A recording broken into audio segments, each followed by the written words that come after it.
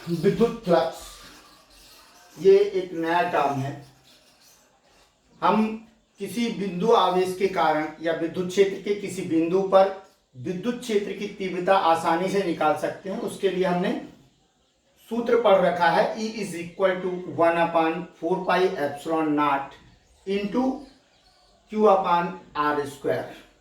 लेकिन यदि किसी विद्युत क्षेत्र में, एक समान विद्युत क्षेत्र में किसी पृष्ठ सदिश को रख दिया जाए तो उस पृष्ठ सदिश के संबद्ध विद्युत क्षेत्र का परिमाण किससे क्या होगा, यह हम इस सूत्र से नहीं निकाल सकते। इस स्थिति के लिए कि किसी विद्युत क्षेत्र में रखे पृष्ठ सदिश से संबद्ध विद्युत फ्लक्स क्या होगा या विद्युत फ्लक्स का परिमाण क्या होगा, इसके लिए एक नई भौतिक शब्दावली का प्रयोग किया गया जो कि कहलाता है विद्युत फ्लक्स। तो विद्युत फ्लक्स वास्तव में क्या है? विद्युत फ्लक्स विद्युत क्षेत्र की तीव्रता का परिमाण है।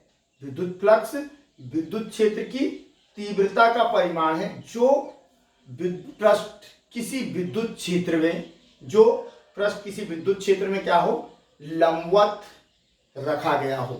तो विद्युत फ्लक्स को परिभाषित करने के लिए किसी विद्युत क्षेत्र में विद्युत क्षेत्र के लंबवत रखे गए एकांक क्षेत्र सदिश से संबद्ध विद्युत क्षेत्र के परिमाण को ही विद्युत फ्लक्स कहते हैं। या विद्युत फ्लक्स एक विद्युत क्षेत्र के परिमाण का या विद्युत क्षेत्र की तीव्रता का वह संख्यात्मक मान है जो एकांक क्षेत्र सदिश को विद्युत क्षेत्र में लंबवत रखने पर उससे संबद्ध होता है। तो विद्युत फ्लक्स और शब्दों में कहा जा सकता है कि विद्युत फ्लक्स एक क्या है, स्केलर क्वांटिटी है, अदिश राशि है।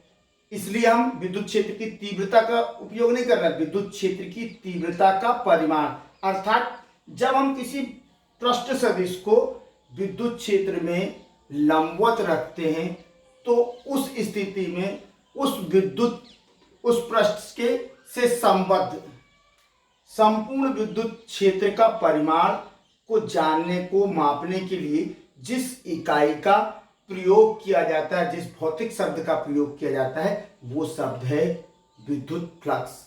इस प्रकार से विद्युत क्षेत्र की तीव्रता से ही संबद्ध कौन सा शब्द बना?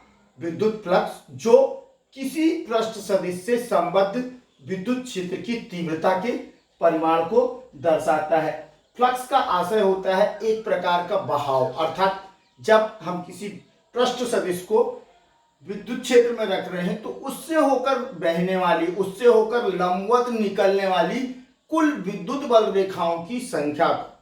जब किसी पृष्ठ को विद्युत क्षेत्र में लंबवत रखा गया हो तो पृष्ठ के लंबवत निकलने वाली कुल विद्युत बल रेखाओं की संख्या को ही उस पृष्ठ सदिश से संबद्ध विद्युत फ्लक्स कहा जाता है। जैसे हमने यहाँ एक एस पृष्ठ लिया, उस पृष्ठ को विद्युत क्षेत्र E के लंबवत रख दिया। अब इस विद्युत क्षेत्र से निकलने वाली कुल बल रेखाएं हो गई यहाँ पर 6, अर्थात पृष्ठ से निकलने वाली कुल बल रेखाएं जो 6 हैं, यही 6 बल रेखाएं क्या कहलाएंगी? इससे संबद्ध, इस पृष्ठ से संबद्ध विद्युत फ्लक्स कहलाएंगी। तो विद्युत फ्लक्स विद्युत क्षेत्र में रखे किसी क्षेत्र सदिश से संबद्ध विद्युत क्षेत्र का परिमाण है जिसका एकांक क्षेत्र विद्युत क्षेत्र के लंबवत रखा गया हो। अन्य शब्दों में विद्युत फ्लक्स किसी विद्युत क्षेत्र में लंबवत रखे गए क्षेत्र सदिश से गुजरने वाली बल रेखाओं के परिमाण को मापने की एक इकाई है। हमने कहा कि विद्युत फ्लक्स एक स्केलर क्वांटिटी है, एक अदिश राशि है, और इस अदिश राशि, इस विद्युत फ्लक्स में 3 शब्दों का प्रयोग किया, अर्थात किसी क्षेत्र सदिश से, किसी क्षेत्र सदिश या पृष्ठ सदिश जो कि किसी विद्युत क्षेत्र में रखा है। बिना विद्युत क्षेत्र के हम, बिना विद्युत क्षेत्र और बिना पृष्ठ के, दोनों के बिना हम विद्युत फ्लक्स की कल्पना नहीं कर सकते। तो अब बात होती, 2 बिंदु तो हमें जरूरी है, एक कि एक समान विद्युत क्षेत्र या असमान विद्युत क्षेत्र हो, और उसमें कोई पृष्ठ सदिश रखा गया हो। अब उस पृष्ठ सदिश से संबद्ध, उस पृष्ठ सदिश से होकर जाने वाली बल रेखाओं की संख्या या उस पृष्ठ से संबद्ध संपूर्ण विद्युत क्षेत्र की तीव्रता के परिमाण को ही हम क्या कहेंगे, विद्युत फ्लक्स कहेंगे। तो इसका मतलब है कि विद्युत फ्लक्स के मुख्य दो घटक हो गए। एक पहला घटक हो गया विद्युत क्षेत्र की तीव्रता, क्योंकि हम अच्छे से जानते हैं कि विद्युत क्षेत्र की तीव्रता जितनी अधिक होगी तो बल रेखाएं, विद्युत बल रेखाएं, उस क्षेत्र में विद्युत बल रेखाएं एक दूसरे के समांतर उतना समीप होंगी, उतनी घनी होंगी। लेकिन यदि विद्युत क्षेत्र की तीव्रता कम है तो बल रेखाएं एक समान, बल रेखाएं जो समांतर क्षेत्र हैं एक दूसरे के, वो एक दूसरे से अधिक दूरी पर होंगी और विरल होंगी। ऐसी स्थिति में जब विरल होंगी और पृष्ठ सदिश रखा हुआ है तो उससे लंबवत गुजरने वाली बल रेखाओं की संख्या भी कम होगी, अर्थात विद्युत फ्लक्स कम होगा। लेकिन जब पृष्ठ सदिश, जब विद्युत क्षेत्र की तीव्रता अधिक हो तो विद्युत बल रेखाएं उसमें क्या होंगी, एक दूसरे के ज्यादा समीप होंगी और कम क्षेत्र से भी बहुत अधिक बल रेखाएं होकर गुजरेंगी, जिससे विद्युत फ्लक्स का मान बढ़ जाएगा। अर्थात विद्युत फ्लक्स फाई से व्यक्त करते हैं। फाई क्या है, फाई ई के समानुपाती होता है। जितना हम ई को बढ़ाएंगे उतना ही फाई ई के मान में वृद्धि हो जाएगी। दूसरा जिसका होना जरूरी है, दूसरा घटक क्या है, दूसरा घटक हमारा क्षेत्रफल है, क्षेत्र सदिश। तो क्षेत्र सदिश को जब हम लंबवत रखते हैं, किसी भी क्षेत्र सदिश को या किसी भी पृष्ठ को जब हम विद्युत क्षेत्र के लंबवत रखते हैं, जब पृष्ठ को विद्युत क्षेत्र के लंबवत रखते हैं तो पृष्ठ की दिशा और विद्युत क्षेत्र की दिशा एक दूसरे के समांतर होती है। जब एक दूसरे के समांतर होती है तो हम अच्छी तरह जानते हैं कि जो उसका कांटेक्ट एरिया, संपर्क क्षेत्र है, वो अधिकतम हो जाता है विद्युत क्षेत्र के। जब हम पृष्ठ सदिश को विद्युत क्षेत्र के लंबवत रखेंगे, पृष्ठ सदिश को विद्युत क्षेत्र के लंबवत रखेंगे तो विद्युत क्षेत्र की दिशा और पृष्ठ सदिश दोनों की दिशा एक समान हो जाएगी और इस स्थिति में इससे पृष्ठ सदिश से होकर जाने वाली बल रेखाओं की संख्या भी अधिकतम होगी। लेकिन यदि विद्युत क्षेत्र में रखा गया पृष्ठ सदिश को हम किसी अधिक कोण या न्यून कोण से झुका दें, जैसे ही ये क्षेत्र के साथ थीटा कोण बनाने लगता है तो ऐसी स्थिति में संपर्क क्षेत्र निरंतर कम होते जाएगा। जैसे यहां पर है, मैंने उसको दर्शाया है कि AF एक पृष्ठ सदिश है, इससे होकर 6 विद्युत बल रेखाएं गुजर रही है, एक समान विद्युत क्षेत्र में रखा गया है, इससे होकर 6 विद्युत बल रेखाएं गुजर रही हैं। लेकिन जब इसी को मैंने अधिक कोण θ1 से घुमा दिया तो ये मैंने तिर्यक हो गया। ये तिर्यक होने पे क्या हुआ, इसका कांटेक्ट एरिया, विद्युत क्षेत्र से संपर्क एरिया, अभिलंबवत संपर्क एरिया कितना हो गया, BC। और अब BC से केवल 3 विद्युत बल रेखाएं गुजर रही हैं। इसी तरह से जब हमने विद्युत क्षेत्र के साथ θ2 कोण, न्यून कोण पर उसको लाया, किसको, ये आपके जो पृष्ठ सदिश है उसको न्यून कोण पर लाया, तो इस स्थिति में इसका अभिलंबवत क्षेत्र कितना हो गया, CD से गुजरने वाली विद्युत बल रेखाओं की संख्या आपको दिख रही है, केवल 3 है। और जब ये 3 है तो इसका मतलब है कि जिनसे लंबवत रखने पर जिनसे 6 गुजर रही थी अब उनसे 3 गुजर रही है। अर्थात जब कोण में परिवर्तन होता है तो अभिलंबवत संपर्क तल भी कम हो जाता है और अभिलंबवत संपर्क तल कम होने से पृष्ठ से गुजरने वाली बल रेखाओं की संख्या में निरंतर कमी आती है। इसके कारण विद्युत फ्लक्स के मान में कमी आ जाती है। अर्थात केवल विद्युत क्षेत्र की तीव्रता और विद्युत पृष्ठ सदिश, जो पृष्ठ सदिश है उसके क्षेत्रफल के परिमाण पर निर्भर नहीं करता, बल्कि तीसरा प्रभावी फैक्टर है कोण, कि विद्युत क्षेत्र और पृष्ठ सदिश के बीच का कोण, जिस पर कि पृष्ठ सदिश को विद्युत क्षेत्र में रखा गया है। यदि ये 90, यदि ये 0 डिग्री है, अर्थात पृष्ठ सदिश विद्युत क्षेत्र से लंबवत है और पृष्ठ सदिश एवं विद्युत क्षेत्र की दिशा अनुदिश है, अर्थात θ 0 है, तो ऐसी स्थिति में सर्वाधिक गुजरेंगी, सर्वाधिक बल रेखाएं इससे होकर जाएंगी। लेकिन संपर्क तल को यदि किसी कोण से झुका दिया गया तो विद्युत पृष्ठ को या पृष्ठ सदिश को किसी कोण से झुका दिया गया, तो ऐसी स्थिति में संपर्क तल का मान कम हो जाता, अभिलंब और संपर्क तल कम हो जाएगा और ऐसी स्थिति में उससे गुजरने वाली बल रेखाओं की संख्या में भी कमी आ जाएगी। इस तरह से हम कह सकते हैं कि विद्युत फ्लक्स को प्रभावित करने वाले 3 कारक हैं। पहला विद्युत क्षेत्र की तीव्रता, दूसरा पृष्ठ का क्षेत्रफल, पृष्ठ सदिश का क्षेत्रफल, और तीसरा पृष्ठ सदिश और विद्युत क्षेत्र की तीव्रता के बीच का कोण। अब यहां हम देखें कि एक पृष्ठ ऐसे, इससे विद्युत क्षेत्र की तीव्रता E थीटा कोण, विद्युत क्षेत्र E थीटा कोण बनाते हुए निकल रहा है। ये पृष्ठ सदिश की दिशा। अभी मैंने पृष्ठ सदिश को नहीं बताया कि पृष्ठ जो हम क्षेत्रफल लेते हैं, किसी भी पृष्ठ का क्षेत्रफल होता है जो, उसे हम गणित में, मैथ्स में एक अदिश राशि लेते हैं, लेकिन सदिश गणित में हम उसी चीज को वेक्टर के रूप में लेते हैं। A क्रॉस B एक वेक्टर है, या I cross J equal to K, जिसकी दिशा उसको निर्मित करने वाले, उस पृष्ठ को निर्मित करने वाले दोनों डायमेंशन, दोनों दिशाओं के ठीक लंबवत होती है। अर्थात किसी पृष्ठ एक सदिश राशि है, क्षेत्रफल एक सदिश राशि है। भौतिक में क्षेत्रफल भौतिक में एक सदिश राशि की तरह व्यक्त किया जाता है, जिसकी दिशा उस पर खींचे गए अभिलंब की दिशा में होती है। तो यहां पर हमने लिया एक पृष्ठ की दिशा, उस पर खींचा गया अभिलंब S, ये हो गया पृष्ठ की दिशा व्यक्त कर रही है। अब इसमें विद्युत क्षेत्र की तीव्रता, विद्युत क्षेत्र E, इससे पृष्ठ की दिशा से थीटा कोण बनाते जाता है, जबकि विद्युत फ्लक्स क्या होता है, किसी पृष्ठ से लंबवत गुजरने वाली बल रेखाओं की संख्या। तो ये बल रेखा इससे थीटा कोण बनाते हुए जा रही है। यदि एक समान क्षेत्र में, तो सारी बल रेखाएं इससे थीटा कोण बनाते हुए जाएंगी।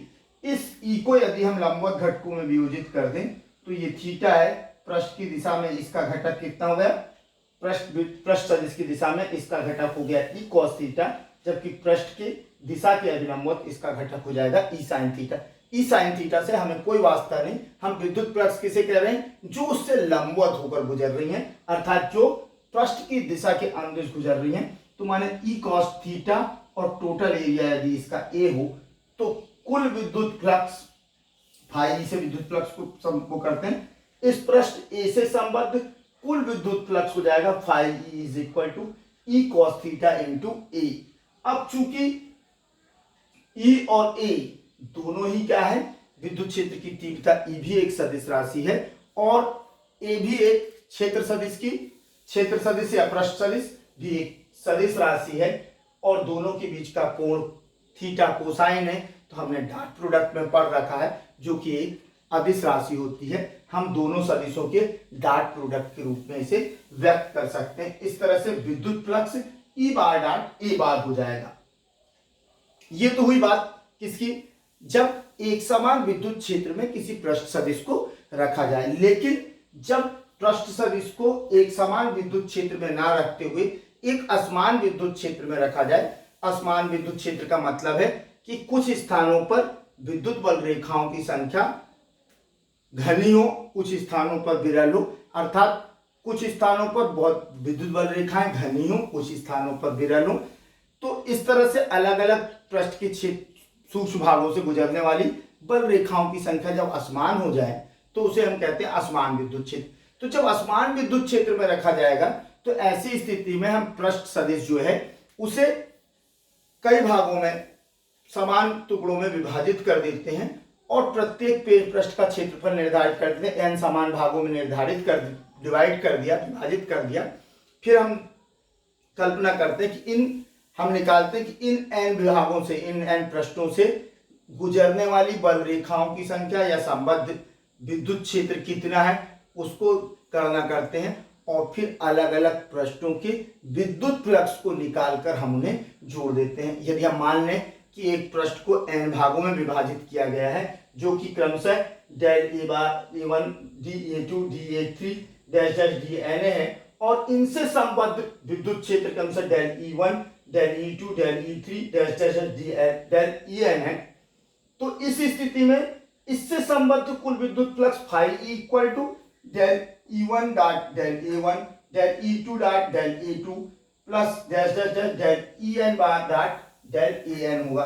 और यदि हम सिग्मा के रूप में इसको समेशन के फॉर्म में लिखना चाहें और तो हम लिख सकते हैं del summation of del E bar I dot del A bar I from I equal to 1 to N total complete electric flux विद्युत फ्लक्स जो कि इससे संबद्ध है वो क्या हो जाएगा summation of del E bar I bar del E I bar dot del A I bar जहां I equal to 1 to N. लेकिन जब एन हम पृष्ठ को सदिश को बहुत सूक्ष्म टुकड़ों में विभाजित करते हैं और एन का मान इंफिनिटी की ओर जाने लगता है तो ऐसी स्थिति में सूक्ष्म क्षेत्रफल बिंदु आकार का हो जाएगा और उसका जो क्षेत्रफल है वो शून्य की ओर प्रवृत्त होगा जब n tends to infinity and del A tends to 0। तो ऐसी कंडीशन में हम क्या करते हैं कि जो असमान विद्युत क्षेत्र है उसको एवरेज ई के ले लेते हैं और तब इससे संबद्ध कुल विद्युत फ्लक्स ई हो जाएगा। E is equal to surface integration E bar dot D A bar, माने समान डी ए बार के टुकड़ों में विभाजित कर दिया जहां इतने टुकड़े हो गए कि n टेंड्स टू इंफिनिटी। तब हम इसका सरफेस क्षेत्र समाकलन करते हैं। चूंकि अब इसके बाद आते हैं कि विद्युत फ्लक्स एक अदिश राशि है, इसकी इकाई एसआई इकाई क्या होगी। तो विद्युत फ्लक्स में दो टर्म यूज हुए हैं ई और ए, दो सदिश। ई का होता है न्यूटन प्रति कूलम और क्षेत्रफल की इकाई है वर्ग मीटर और दूसरी एसआई यूनिट इसकी है वोल्ट प्रति मीटर, किसकी विद्युत क्षेत्र की, और क्षेत्रफल की इकाई हो जाती है वर्ग मीटर। तो इस तरह से हमें दो एसआई यूनिट मिलती हैं, एक न्यूटन वर्ग मीटर प्रति कूलम या वोल्ट मीटर। अब बात पैदा होती है कि विद्युत फ्लक्स कितने प्रकार का होता है। तो विद्युत फ्लक्स दो प्रकार का होता है, ये धनात्मक भी हो सकता है और ऋणात्मक भी हो सकता है।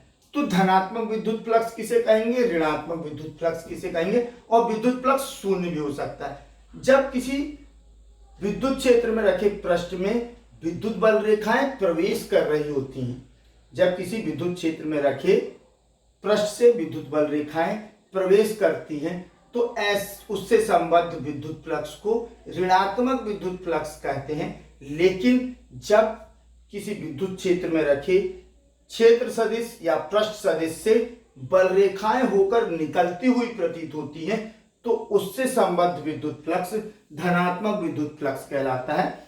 और यदि तीसरा शून्य विद्युत फ्लक्स, तो जब कोई पृष्ठ विद्युत क्षेत्र में रखा हो उसके अंदर आने वाली विद्युत बल रेखाओं की संख्या और उससे बाहर निकलने वाली विद्युत बल रेखाओं की संख्या दोनों एक समान हो, एक बराबर हो, तो ये एक दूसरे के प्रभाव को नगण्य कर देंगी और इस तरह से उस पृष्ठ से संबद्ध संपूर्ण विद्युत फ्लक्स शून्य होगा। जैसे यहाँ पर जो मैंने डायग्राम लिया है इसमें इससे संबद्ध संपूर्ण विद्युत फ्लक्स शून्य होगा। इसी तरह इससे भी संबद्ध संपूर्ण विद्युत फ्लक्स शून्य होगा क्योंकि जितनी विद्युत बल रेखाएं प्रवेश करेंगी उतनी ही बाहर निकलेंगी। इसी तरह से इन पृष्ठों से भी संबद्ध विद्युत फ्लक्स शून्य होगा। ये विद्युत फ्लक्स पे था, मेरे हिसाब से इसको अच्छे से समझ गए होंगे। अब इसके बाद अपन लेंगे गॉस थ्योरम।